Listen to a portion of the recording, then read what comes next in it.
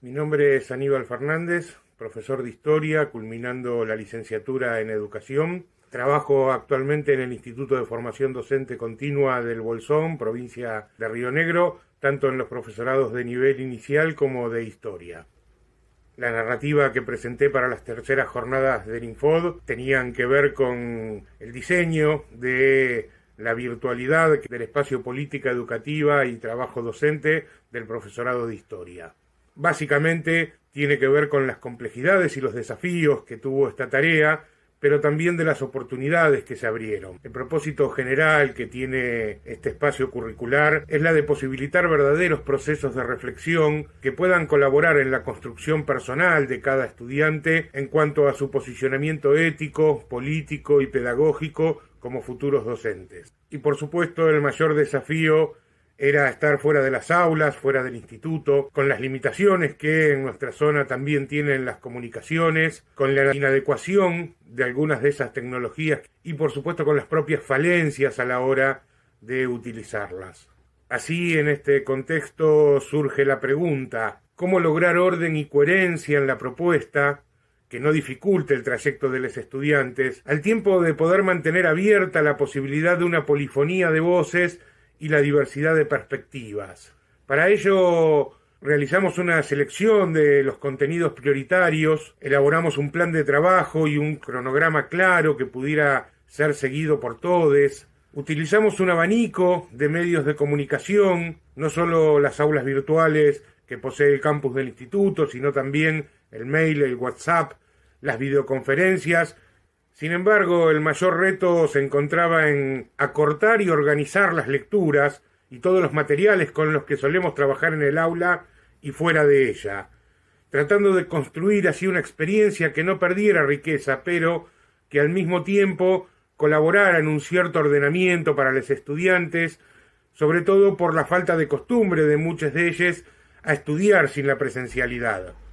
Respondiendo al primer interrogante, surgía el desafío de cómo organizar la clase, superando el caos que muchas veces llevo a la presencialidad, cantidad de materiales que después voy utilizando o no, según lo que va ocurriendo en ellas, algo así como una didáctica en vivo, que por supuesto es muy difícil poder replicar en la virtualidad. La pregunta era cómo ordenarla, cómo evitar que los estudiantes tuvieran que ir pasando por diferentes materiales dispersos, fragmentados, sin el ordenamiento, sin la coherencia que muchas veces uno puede ir otorgándole en esas clases presenciales a medida que va conversando, viendo sus gestos, sabiendo qué es lo que va pasando y por supuesto teniendo el feedback inmediato de la pregunta y de la respuesta. Así fue que se me impuso la idea de elaborar un único archivo, un archivo en formato PDF,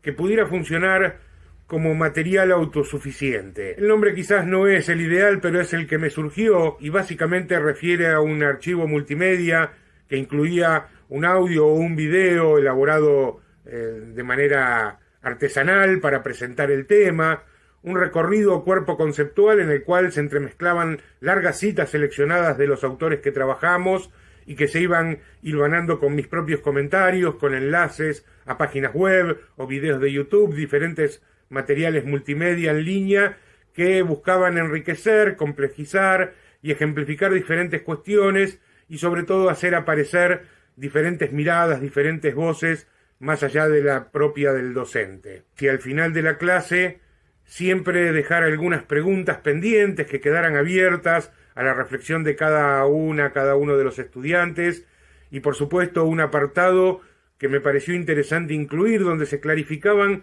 los propósitos que había tenido esa presentación, además de la bibliografía que se había utilizado. Otro desafío de cada año, y por supuesto este no fue la excepción, se relaciona con la evaluación. Una evaluación que busca ser procesual, formativa y prospectiva.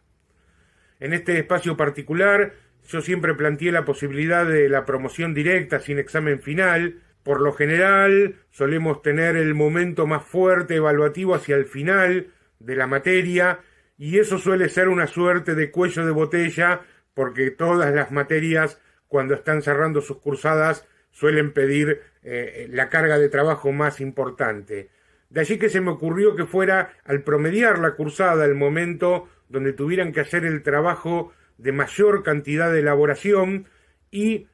hacia el final simplemente poder ir acompañando esa primera producción que habían realizado. En este caso lo que les pedí de manera individual es que se imaginaran al frente del Ministerio de Educación y pudieran proyectar una política educativa que tuviera como propósito general asegurar el derecho a la educación de todos los jóvenes y adolescentes, pensando en la educación secundaria. Luego de presentado este trabajo a mitad de la cursada, en las subsiguientes semanas, lo que fueron haciendo es ir enriqueciéndolo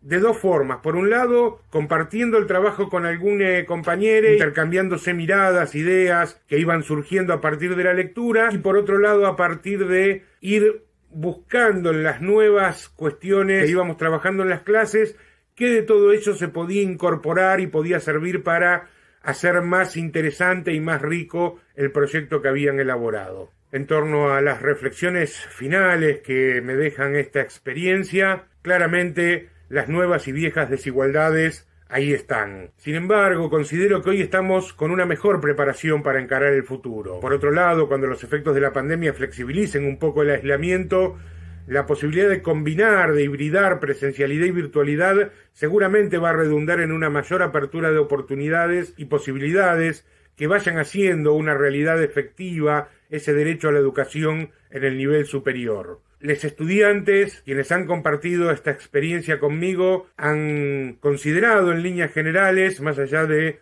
sus interesantes críticas constructivas, que la experiencia había tenido, pese a su desconfianza inicial en la virtualidad, momentos súper interesantes como esos encuentros de todos los viernes a través de las videoconferencias, o la posibilidad de dialogar en la semana a través del WhatsApp, teniendo en cuenta lo que había sucedido o lo que se presentaban en las clases. También para mí, luego de leer sus conclusiones y de narrar esta experiencia, me ha permitido volver a pensar la propuesta y ya estar comenzando a proyectar lo que se viene para el próximo año. Un abrazo.